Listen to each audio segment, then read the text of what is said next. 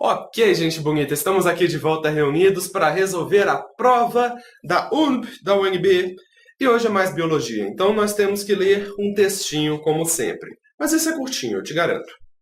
O apartamento em que Louis Pasteur residia com sua família em Paris foi transformado em museu e contém mais de 1000 itens de equipamentos e vidrarias utilizados pelo pesquisador em seus experimentos clássicos, como os frascos de tipo pescoço de cisne, que foram utilizados para a comprovação da teoria da biogênese. Considerando as técnicas desenvolvidas por Pasteur e os experimentos por ele realizados, julgue os itens subsequentes. Ok, antes de a gente começar a ler os itens, eu tenho que te dar uma explicaçãozinha básica de como funcionou esse experimento do frasco pescoço de cisne. Olha só, eu acertei. Antes desse experimento do frasco pescoço de cisne, havia um debate enorme entre cientistas que defendiam a biogênese e a abiogênese. A biogênese defendia que qualquer organismo orgânico só pode ter sido originado de outro organismo orgânico previamente existente, né? E a abiogênese dizia que não, um organismo orgânico, tipo uma bactéria, um fungo, alguma coisa, pode surgir do nada, por geração espontânea. Teve aqueles vários experimentos, né, que os cientistas que defendiam a abiogênese disseram que, se você coloca um monte de comida no cantinho escuro, assim, deixa por 2, 3 dias, quando você olhar de novo vai ter um monte de rato e barata. Logo, surgiram ratos e baratas a partir da comida. A comida virou ratos e baratas. Na época, esse era um experimento muito inteligente. Eles diziam ferrenhamente que era isso mesmo, é a biogênese. E na época, a ciência aceitava isso. Existiam essas duas vertentes igualmente poderosas. Aí veio Louis Pasteur e fez esse experimento do pescoço de cisne. Como que funcionou? Ele fez um caldo nutritivo, é muito chique falar caldo nutritivo.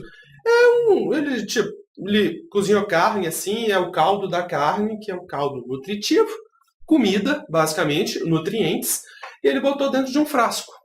Como que funcionava esse frasco? Era um frasco com um tubinho, um tubo de vidro bem longo. O que ele fez com esse tubo de vidro? Como é que se diz? Ele esquentou o vidro, porque quando você esquenta o vidro fica maleável. Então ele deixou o vidro no formato de um pescoço de cisne. Por isso o nome frasco pescoço de cisne. Ele está aparecendo a imagem aqui para vocês verem, né? Então não preciso me preocupar em fazer gestos com as mãos. Por quê? Ao ferver o caldo nutritivo, ele em tese está matando as bactérias e os micro-organismos, certo? Então aquele ambiente ali, o caldo nutritivo, vai ficar esterilizado. Não vai ter micro-organismos para se proliferarem ali. E ao fazer esse tubo de pescoço de cisne, ele impede que novas bactérias e micro-organismos surjam naquele caldo nutritivo, que passem do ar para o caldo nutritivo. Por quê? Primeiro porque eles estariam desafiando a gravidade, né? Porque eles teriam que subir pelo pescocinho de cisne para chegarem ao caldo nutritivo. Mas supondo que tivesse, sei lá, alguma corrente de vento, assim, vai que elas pudessem aparecer. Mas um segundo fator que impedia elas de irem para o caldo nutritivo são as gotículas de água no interior daquele tubo de vidro. Porque ao ferver, né, vai ter um monte de gotícula de água naquele vidro, que vai acabar filtrando todos esses micro-organismos, impedindo eles de chegarem ao caldo nutritivo, porque se eles chegarem no caldo nutritivo, por exemplo, se ele quebrasse aquele pescoço de cisne, vai ficar em contato com o ar, logo as bactérias vão começar a se proliferar ali. Ele fez esse experimento. Se esse frasco do pescoço de cisne ainda existisse até hoje, eu acho que ele existe, eu não tenho certeza. Não vai ter micro-organismos ali dentro. Vai se tornar um ambiente estéril e não vai permitir a passagem de bactérias do ar para o caldo nutritivo. Dessa forma, ele provou que micro-organismos não surgem do nada. Eles precisam que outro micro-organismo previamente existente vá para aquele caldo nutritivo. Não pode surgir do nada. Então ele acabou de vez com a teoria da abiogênese. Ele esmagou aquela teoria. Esmagou mesmo. E a partir daquele dia, todos os cientistas passaram a aceitar universalmente a teoria da biogênese. Tá bom, quase que todos. Porque os da abiogênese falaram, eles têm que criar um argumento, né? Tem que criar um argumento, porque eles não vão aceitar assim do nada. Eles falaram, ao você ferver o caldo nutritivo, Louis Pasteur, com esse nome chique aí, você matou a força vital. A força vital é aquela força que faz surgir do nada as coisas maravilhosas. Ou seja, ao você ferver, você impede que essa força vital, essa magia aí que eles não conseguiram explicar, só chamaram de força vital, faça o trabalho dela. Você está impedindo que a força vital faça o trabalho dela, que é criar micro-organismos do nada. Essa desculpa não colou tão bem, então acabaram aceitando universalmente. Mas eles criaram essa desculpa falando, você ferveu, você matou a magia que faz surgir bicho, tá? Louis Pasteur, seu francesinho metido a besta. Então, essa é a história de Louis Pasteur. Então vamos às questões.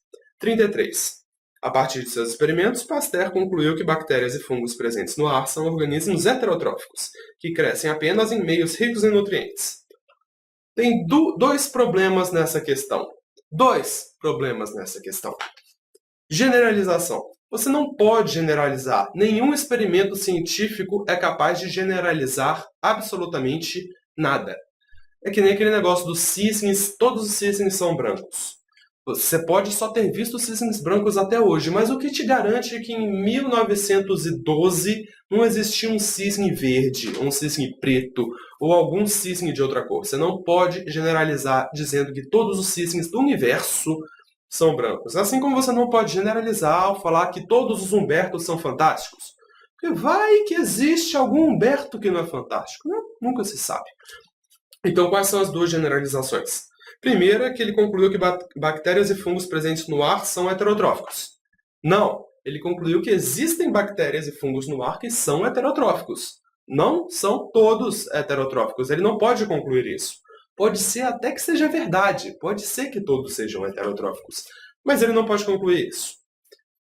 E que crescem apenas em meios ricos em nutrientes.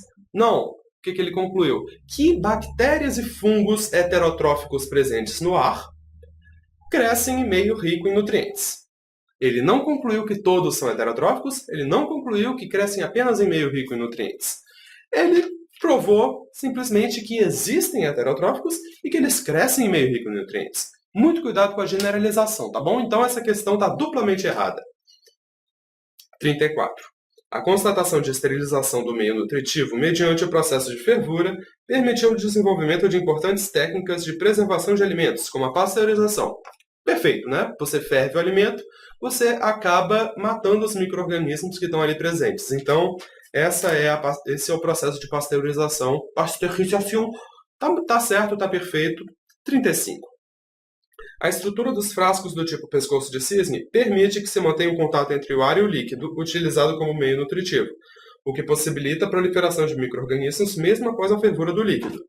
Acabei de te contar a historinha, então, logicamente está errado, né? Não possibilita a proliferação. Claro que permite o contato entre o ar e o líquido. Claro, não vai ficar no vácuo aquele líquido. No entanto, como a água está filtrando os micro-organismos, isso impede que os micro-organismos se proliferem no caldo nutritivo. 36. Ao alterar as propriedades biológicas do meio, a fervura do líquido elimina a força vital necessária para a proliferação dos micro-organismos. Foi a historinha que eu te contei. Os cientistas que defendiam a abiogênese falaram que matou a força vital. Mas acabou que não colou muito bem, então esse item está errado, né? Porque a biogênese prevalece até hoje. 37.